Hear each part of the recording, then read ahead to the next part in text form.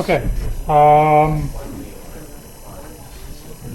Today we're talking about shortest paths. And so the plan is that we'll do Dijkstra's algorithm for shortest paths. But in order to warm up for that, I thought maybe you could invent shortest path algorithms yourself by finding the shortest path from S to T in this graph. Now, a shortest path is just a sequence of edges that forms a path or a walk. You can revisit vertices. And the sum of the edges that are traversed in that path, that's the weight of the path. So you're looking for a path whose sum of the total edge weights is small. So you could think about this graph as being, for example, like a block or a set of blocks in a city. And these are the delay times on the roads. And you want to drive from S to T. And just like Google Maps, it will give you the shortest route from S to T. Okay? How much time are you going to need for this task? You're done? How could you be done? I just told you about it. How about a minute? Is that good?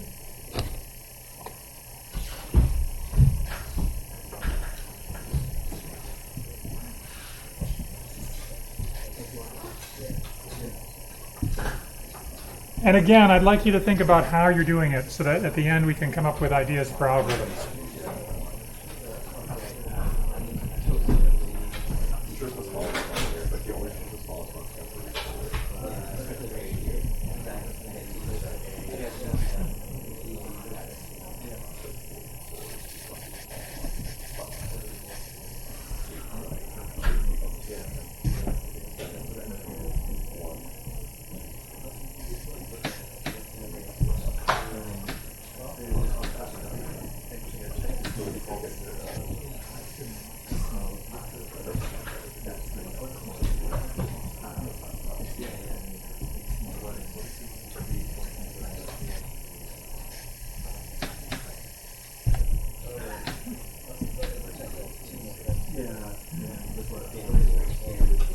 Oh, and if you already have your path, calculate its length.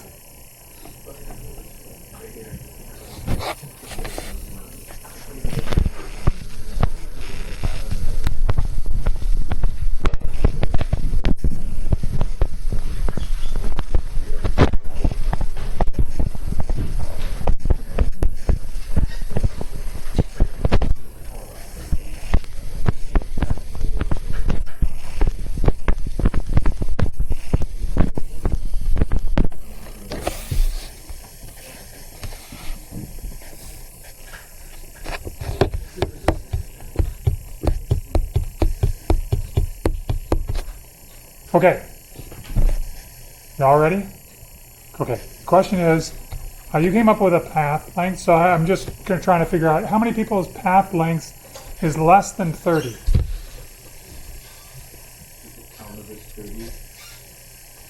No, less than 30. How many are less than 40?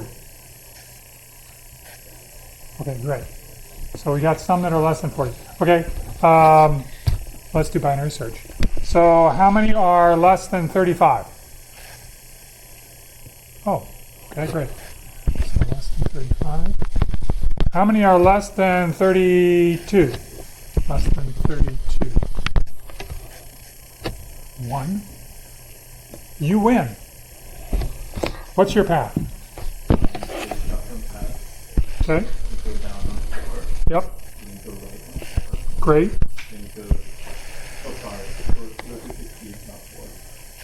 Okay, hold on. To a 16, not a 4.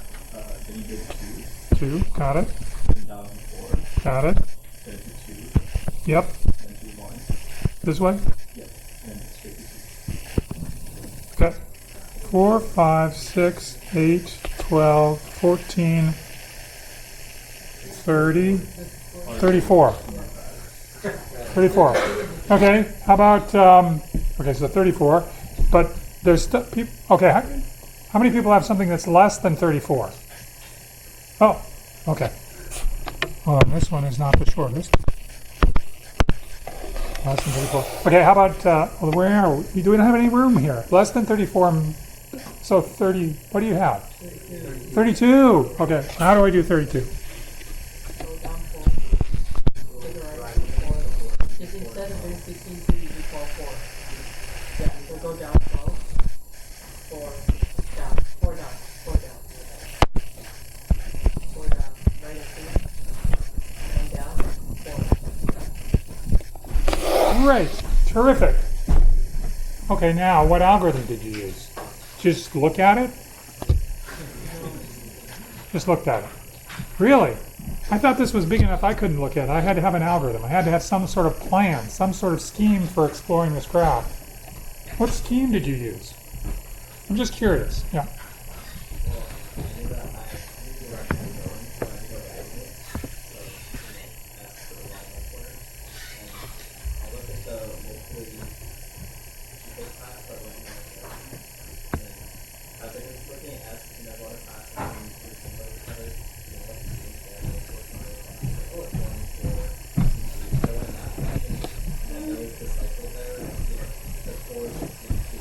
Yeah.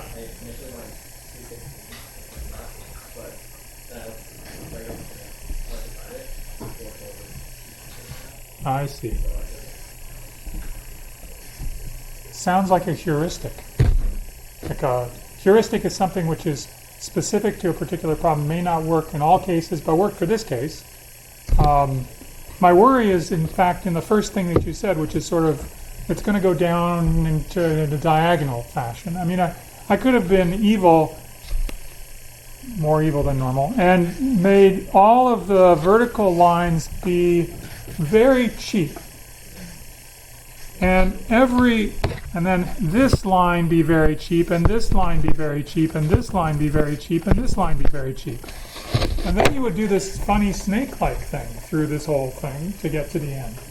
But I didn't do that. It actually is something that kind of goes down and right, but it could be. Now, I mean, did anybody else have another scheme that they followed that was, yeah? It's like, okay, so instead of going one step, you probably go 2 or 3 steps forward and then compare the sum. So if you're starting at S, you want, so like, you sort of, then you, like, okay, and this is not a heuristic because you know in what general direction speed is. Okay. So if you're trying to like do the same local thing, but instead you find the step of 2 shots. So instead of, so like, I pick the lowest weight path, but then I go to 4, but then in the direction of T, which next path from with my previous path would give me the least jump and I follow that path. So then we go from 2, you go like you add 2 steps forward, which isn't a square.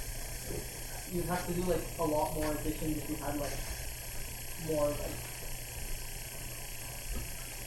edges. Degree. Yeah, Higher the degree. degree of the certain point which is symmetrical to like the degree of Okay, that's a local growing condition is what I think. You're sort of starting off small and you're kind of growing, but you're growing maybe 2 steps. You're looking 2 steps ahead and saying what's promising about 2 steps ahead and where should I go from there. So let me ask you this: what's promising? What's promising from the start point S? What's the most promising thing to do from S? Promising means it has the hope of leading to something good. I mean, yeah. Yeah, you take the lowest weight edge. Now, it could be that that's not going to be on the shortest path to T. It might be that you would take the edge 22 and then you would zoom along with a bunch of really low numbers that would take you right to T. But that first step, it's pretty promising to take the 4 because you now know what? What do you know after you've taken this path of 1 step, which is using the 4 from S? What do you know about the path that you've discovered to that vertex? It's at most 4. And in fact, since that's the most promising edge that's coming out of S, and let me just tell you all the edges are positive, or at least non-negative in this graph, so that's going to be the shortest path to that vertex. So just that one edge, that first edge that you take, That's a good step because you've discovered a shortest path. There's another thing that you can think about. This is sort of like this kind of greedy type of approach, and you might be thinking greedy is not really that great. But let me explain something about shortest paths to you that you may not have realized up until today. So this yellow thing is the shortest path to T. If I follow the yellow thing to that vertex, oh, sorry, for those watching at home, that vertex, what property does it have? I follow the yellow thing to that vertex. Am I happy? I'm driving in my Google car and it says, go here to get Christmas presents for your daughters that you haven't gotten yet. And I see something along the way and I stop. Am I happy? Did I do an optimal job driving?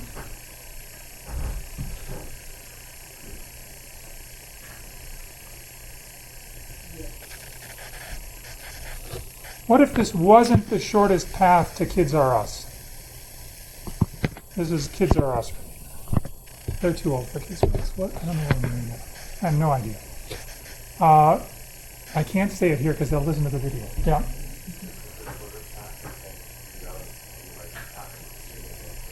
Exactly right. If the double circle, if there was another path, some strange red path that got me to this, that was shorter than the yellow path, I could replace the first part of the yellow path with that red path, and it would be a shorter path to T. So the fact that T is that the path in yellow is the shortest path from S to T tells me that the path in yellow to every vertex along that path is the shortest path to that intermediate vertex along it. So that red vertex, the shortest path is a yellow path there. So shortest paths have a prefix property. If I have a shortest path to a vertex, then every prefix of that shortest path is also a shortest path. I'll write it down. Prefix of shortest paths.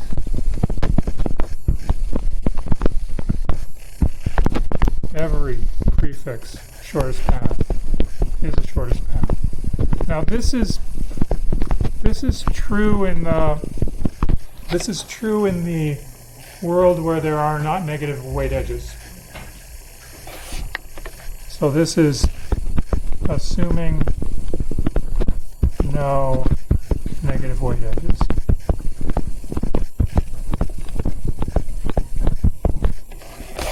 Because it could be that some path is a really bad path up to a particular node, but it lets you take a very, very negative weight edge to some place, and then we're in trouble.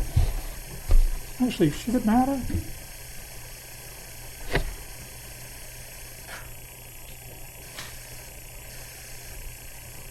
It doesn't matter for single source. You tell me, does it matter? Do I need this assumption?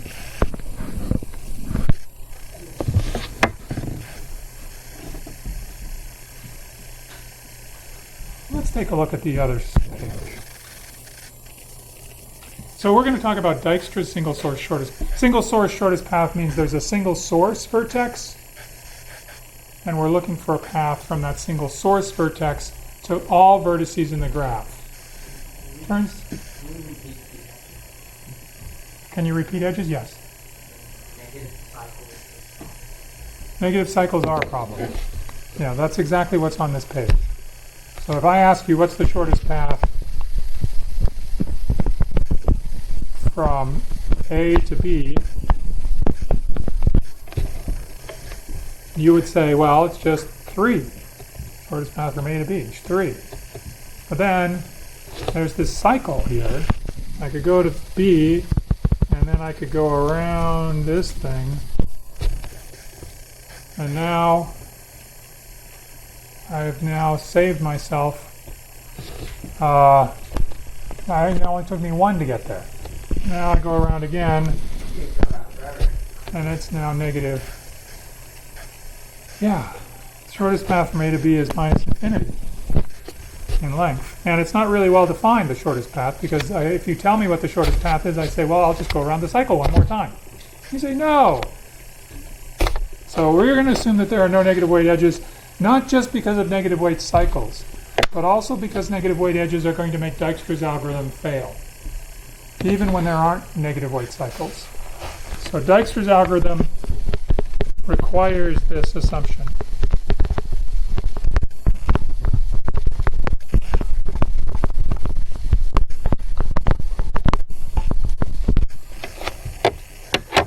And Dijkstra's algorithm, it's sort of like what you would do if you were inventing breadth first search for weighted graphs. By the way, it's called Dijkstra's algorithm, even though Dijkstra wasn't the first person that wrote about Dijkstra's algorithm. It just happens that his name got attached to it. And the people that did write about it before, there's a huge number of them, and they have, and I can't even remember any of their names, because this is always called Dijkstra's algorithm. So isn't that sad? It's like some sort of strange property that this happens lots in mathematics. The person that gets their name attached to something is not necessarily the first person to do it. But in any case. So I should really call it the da-da-da-da-da-da-da-da algorithm, but I can't do that because you wouldn't be able to look it up. Dijkstra's algorithm. So if you took breadth first search, remember breadth first search? That's the search that starts at a vertex and then it visits all of the vertices that are one edge away. And after it's done that, it goes and visits all the vertices that are two edges away. And it finds a shortest path tree where the path length is measured by the number of edges. That's breadth first search. What would you do if you wanted to change that into a weighted breadth first search? What's the idea there? Oh, did I write it on the slide? Okay, don't read the slide yet. Just think about how you would generalize breadth first search to weighted edges.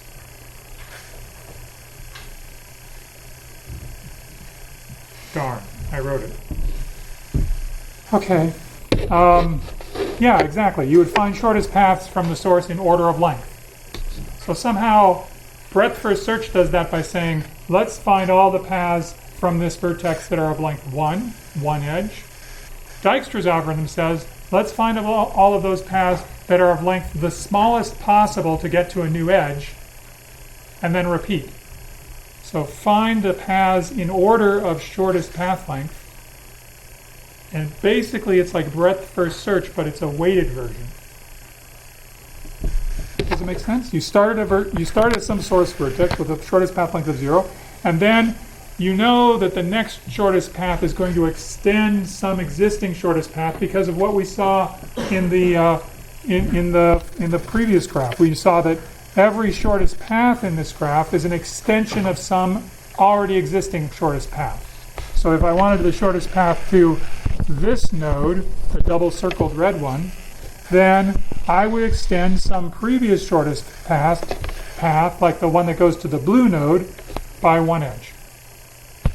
And that's what Dijkstra's does. It says extend the existing shortest path by one edge, the smallest possible, so that the total path length that you produce is the smallest possible, and that's the next thing that's swallowed up by Dijkstra. That's the next explored vertex. Yeah. When we calculate the next shortest path, then we will have to reconsider, or because like somehow the path can lead to a better shortest path compared to the current path. Oh, yeah. So you should not fix the shortest path that you're trying to extend. You should think of it as you've found a bunch of shortest paths, and there's a bunch of things that you could extend them by. And of all of those extensions, from the many different shortest paths, you can extend them in many different ways. Of all of those choices, pick the smallest total path length that you could create. But then, like, how can you take any time? Because, like, what if, like, at the end, like, the not so good path will not be the best part. Oh yeah. But it could be that there's this path sitting right here, which is length 1,000,000, and everybody else is like length 20. You're like, okay, length 20s, length 20s, length 20s. Eventually, they become length 1,000,000 as well, and then you realize, oh, I should extend this guy, and you extend in one edge, and you get to the end. You're done.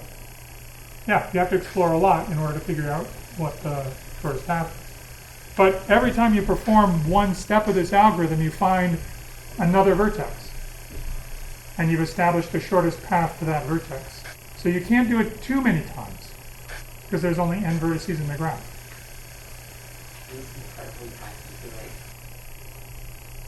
Well, how long does it take Google to tell you where to drive to? Google is running Dijkstra's algorithm. It does a variant on Dijkstra's algorithm, which includes some A-star search stuff in it, but nobody knows exactly what it does. But it's doing stuff like that. But it's running Dijkstra's algorithm. It's a very efficient algorithm, Dijkstra's algorithm. It's not a bad algorithm. We'll see how long it takes. But I guess to answer your question, though, it's not that you can focus on one shortest path and work from that shortest path. At every step, you have to consider all possible extensions of the shortest path. All at once. How could we possibly do that?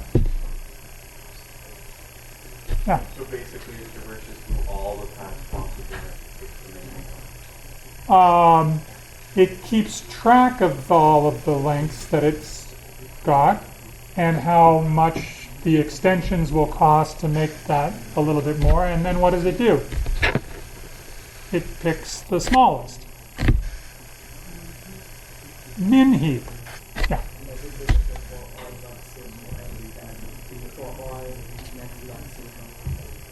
It looks for the minimum at every step. When it finds the minimum, it doesn't have to look at everything because it's using something really cool called a priority queue, which you know everything about. And it updates that priority queue. Yep.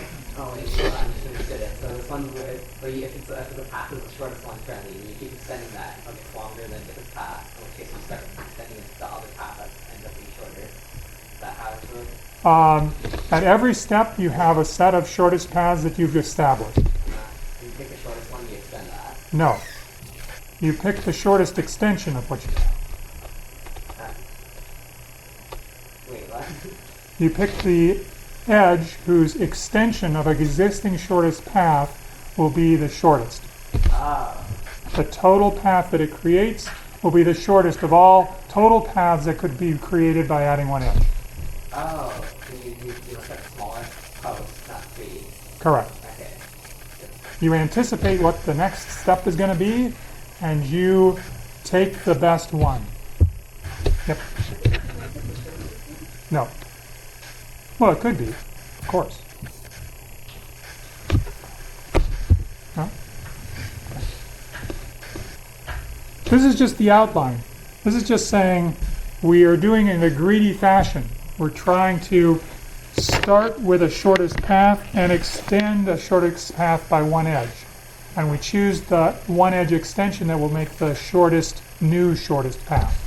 So if you wrote down the shortest paths discovered by Dijkstra's algorithm, you wrote them down, their lengths would be non-decreasing. They would be increasing. Except sometimes they're equal.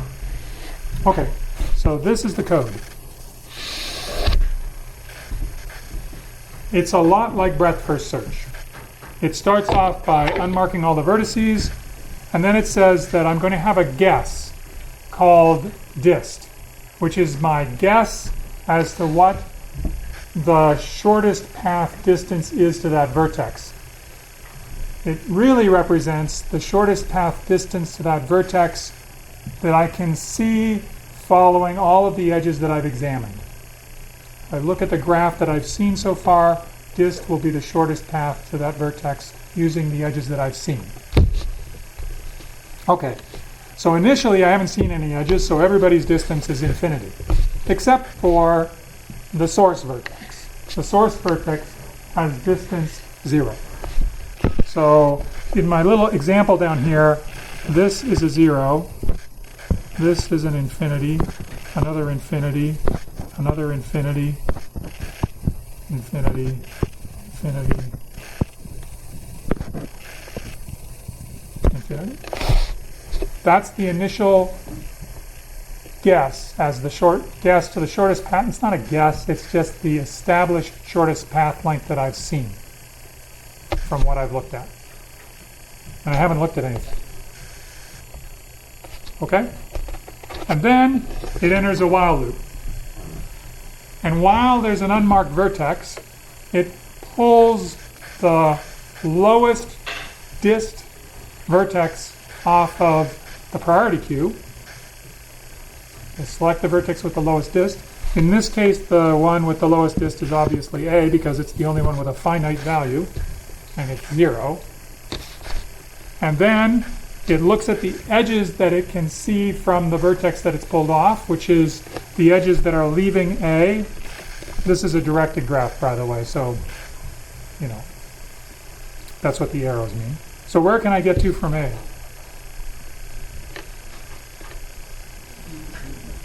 Only C and E.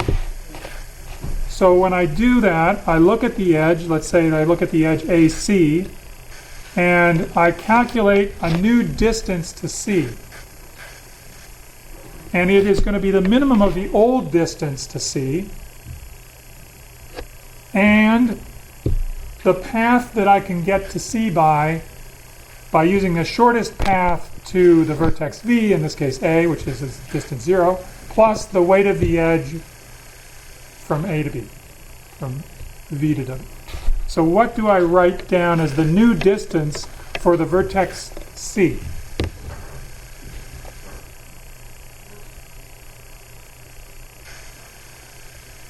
Everybody on board or no? Anybody confused? Okay, that's a bad question to ask. I want to make sure that everybody is understanding what I'm talking about. All you have to do is be a computer and follow this code. But this code is kind of weird because of this update step. And we're at that update step. So this update step can be confusing, but what it's really doing is it's just saying, I want to update the distance if I find a smaller distance. And the way I can find a smaller distance is by using the vertex that I just pulled off of the queue, in this case it's the vertex A, to let me take an edge to that vertex. So once A, I can get to C by an edge of length 9, and 9 plus 0 is smaller than infinity. So I would replace that infinity by 9 plus 0, which is 9. The other edge that I can use is the edge from A to E, and it is smaller. 0 plus 8 is smaller than infinity, so 8E would get replaced by E's distance value would get replaced by 8. Okay? And then it repeats. So then it looks into the queue and it says, give me the thing that's got the minimum priority, the minimum dist value, and I pull, in this case, E.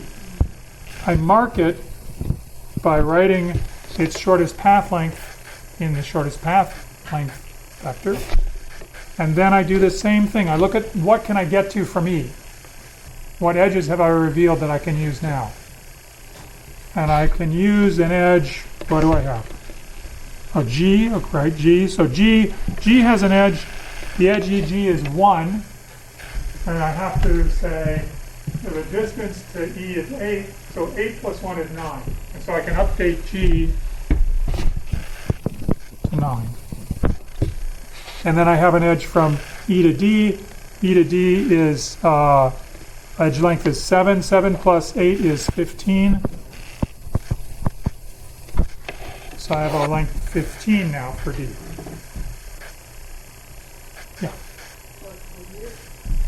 Pushing it into the new queue, are you pushing on the weight of the edge, or are you pushing it based on the current shortest path distance to that vertex? Current shortest path distance. It's prioritized by distance because I'm pulling them off by pulling off the lowest distance, the lowest dist vertex.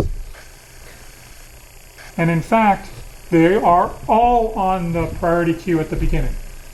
It's just that some of them have distance infinity. Yeah. Shortest path length. Ah, good question. How would you keep track of who is the person that was the predecessor to you in this shortest path? How would you keep track of that?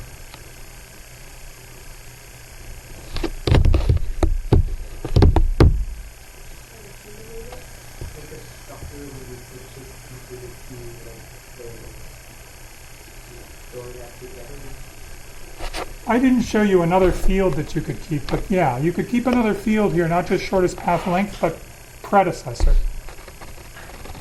And when would I update predecessor? Initially, there are no predecessors for anybody. When do I update predecessor? I think I wrote this down somewhere. Oh, you did. Update predecessor. Up. This is, you can also think of this as being the parent of the node in the shortest path tree. So update the parent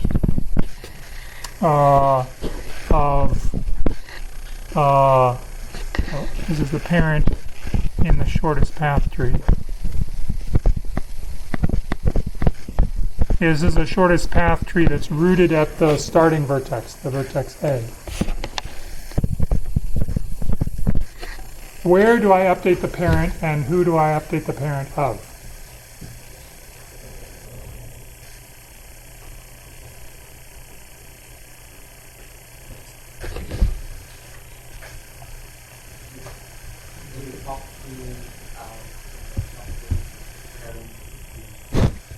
When I do this,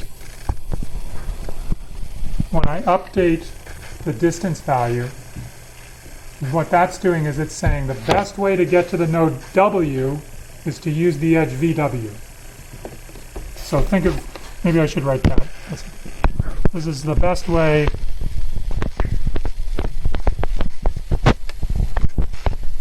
to get to W is using the edge VW. So when I do that, that's when I update the parent of W to be V. And that happens right there. If I choose that option in the minimum, then that's okay. So let's keep screaming along here for a bit. Now I have a choice. I can choose either C or G. Let's say I choose C. C is now set its shortest path length to 9. C can get to D, it can get to B, and it can get back to A, but A is marked. So 9 plus 2 for B is 11, and 11 is smaller than infinity. And 9 plus 4 is 13 to D, and D already has 15, but 13 is better than that, so this becomes 13. So 15 goes away, becomes 13. Now I repeat again. I'll pull the 9 out. And then G can get to, it can get to E, but E has already been done. It can get to F, which hasn't been done, and it can get to F with what value?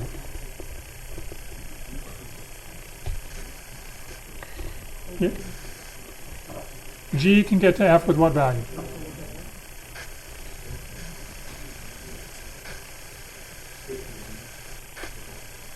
$15? G can get to F? Wait a minute.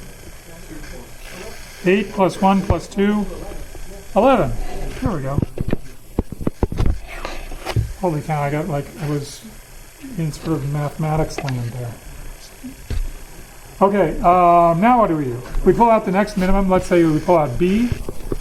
B gives us the ability to explore the edges BF, BE, BA, and we have to start with 11. And we add 2, that's 13, but 13, that's to F, but 13 is bigger than 11. So we don't update F. Even though we consider this possibility, this edge BF, we don't use it because it's not part of a shortest path to F. There's something that's already better. So then there's B to E, which is this crazy. There's B to A, well, that's crazy too. So that doesn't update anything. Crazy means that it's already been marked, which it has a shortest path already. But you could check that it actually is larger if you'd like. The next thing that I pull off is F. F has 11. 11 allows me to get to H, and it allows me to get H with like 14, and nowhere else really. Then I pull 13 off. 13 is D. D allows me to, well, it doesn't allow me to get anywhere that's not marked, and so I'm done.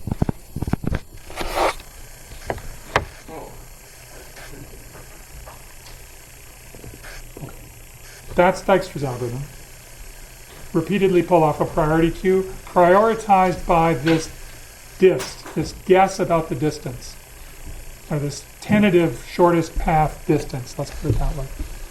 It might get changed, but if you look at the numbers that I've crossed off in the dist box, what's interesting about the numbers within one of those boxes?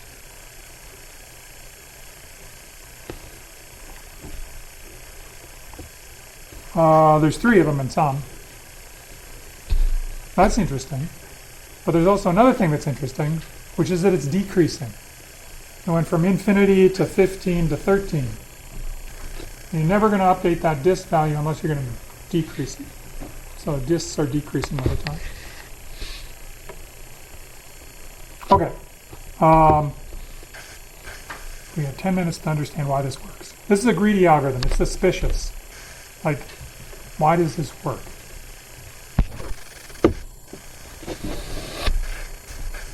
Oh boy, it's a great proof. It's called the cloud proof. It's like the happy cloud proof. Yeah, it couldn't be anything more positive than this.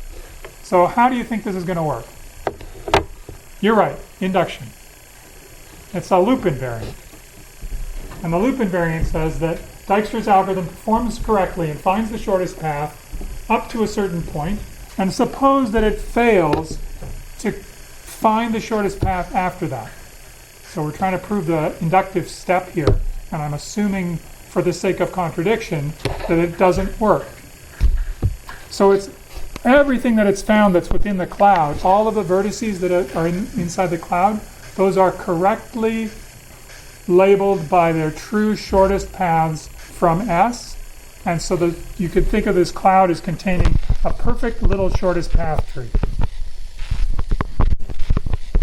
It's great.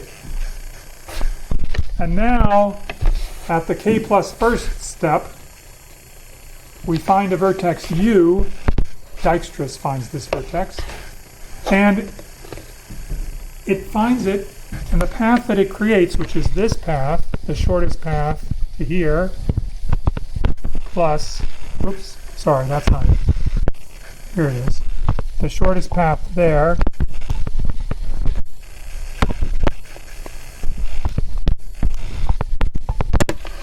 that's what Dijkstra's uses, plus this edge, this one edge that goes out to U, right? That's the way Dijkstra's work. It's extending by one edge, and it does it along that edge.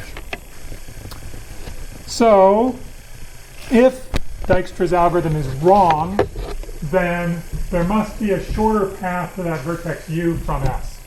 And we'll call that path P. It's the gray path. So it's a gray path that goes from S to U. And it's shorter than the path that Dijkstra's algorithm finds. That's the assumption. Okay.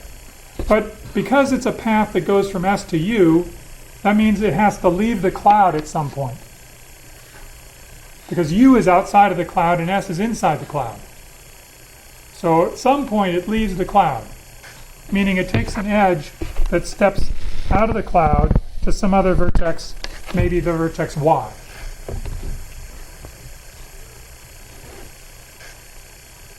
What do we know about the distance to vertex U and the distance to vertex Y along these, let me use red, along these two paths? What's the difference between the red path and the blue path?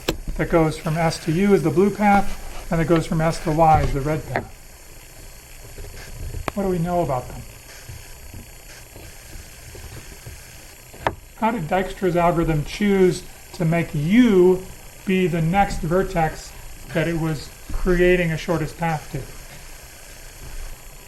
It has to do with how it pulls off the priority. Yeah, it has to do with that exactly. So essentially, if it's going to pull off U, that means that the blue path has to be shorter than the S to Y path. That's exactly right. So the blue path is shorter or less than or equal to the length of the red path.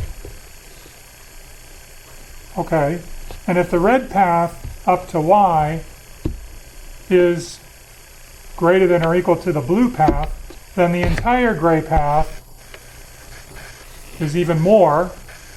Therefore, the gray path P cannot be shorter path, because we know the first part of that path is longer. It's at least as long as path Q. Everybody good with this? What did I use in that last little bit? What did I use in this last step? Thus, the whole path P is at least as long as Q. We said the red path is bigger than Q. Sorry? That's right. So this uses no negative weight edges.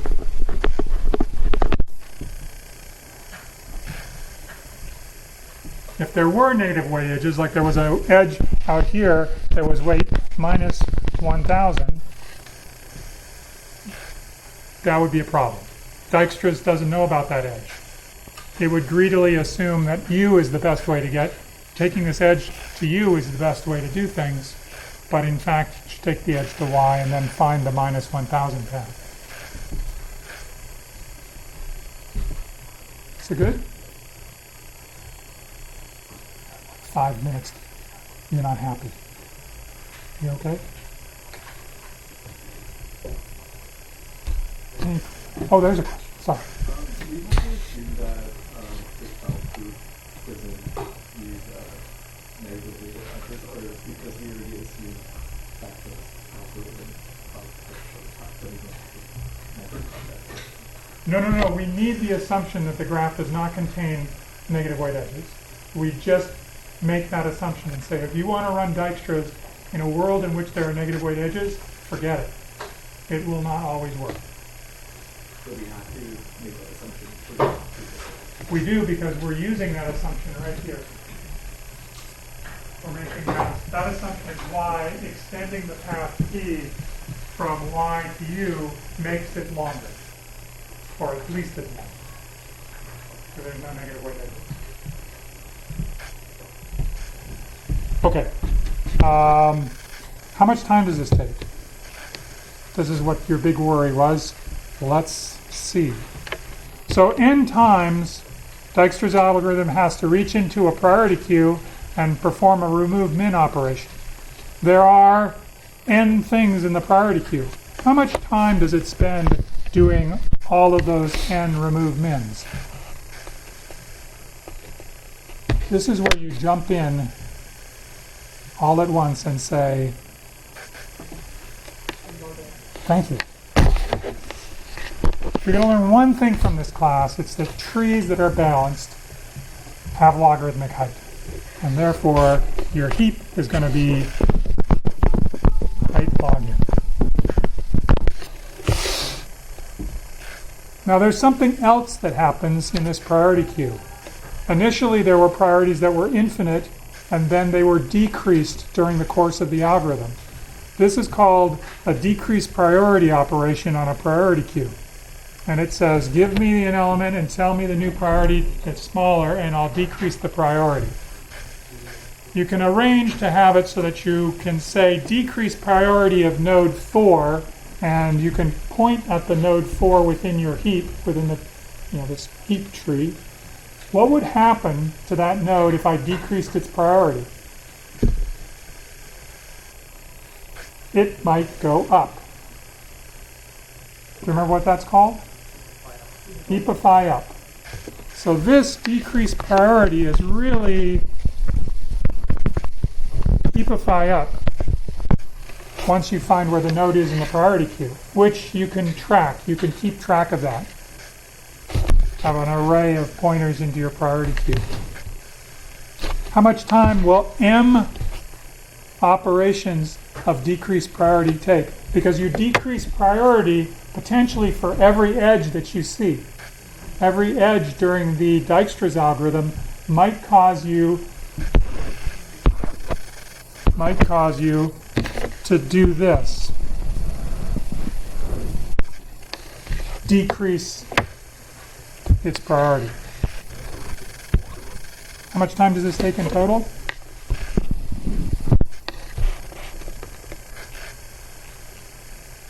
Yeah.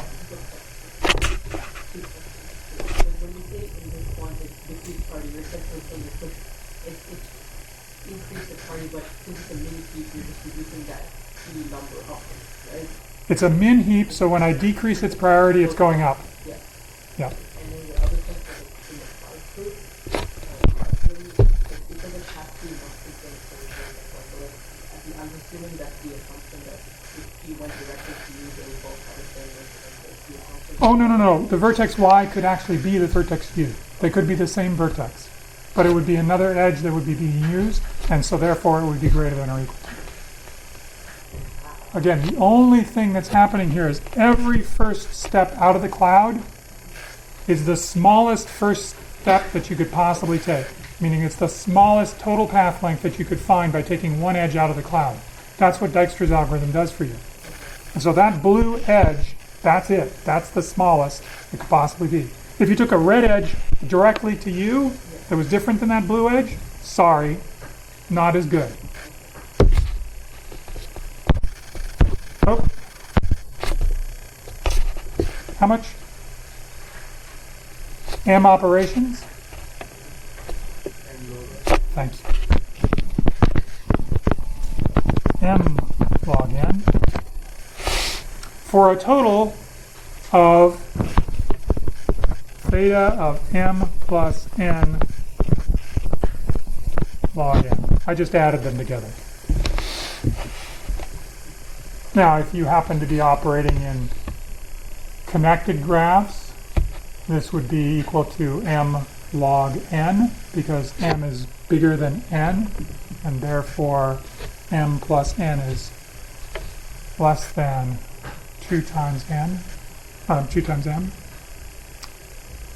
What if you were in an adjacency matrix? What if you were using an adjacency matrix representation of the graph?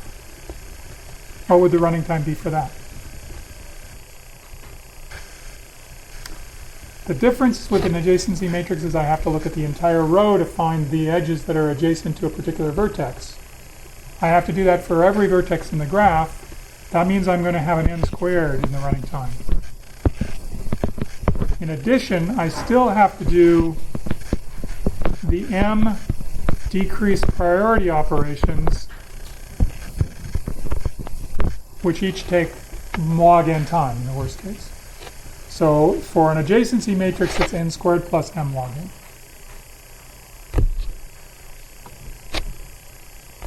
Okay, in the 30 seconds that we have remaining, I want to tell you that people think this problem is pretty important. So they keep working on it. Lots and lots and lots and lots. They developed a new heap structure called a Fibonacci heap, which is more complicated than the binary heap that we talked about. But it allows you to have this amazing property of being able to decrease your priority in order 1 time, amortized over a certain number of operations. Still having log n time for remove mins, which translates into a runtime using Fibonacci heaps of theta of n log n.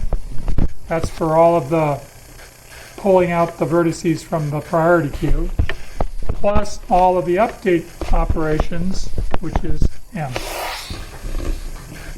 And that's pretty much the best. There's some special cases you can do better, but with Fibonacci heaps, that's pretty much as good as you can go. which means there are lots more data structures for you to learn about, not just Fibonacci heaps. There's leftist heaps, there's all sorts of stuff. Anyway, thanks very much, and I'll see you at the final.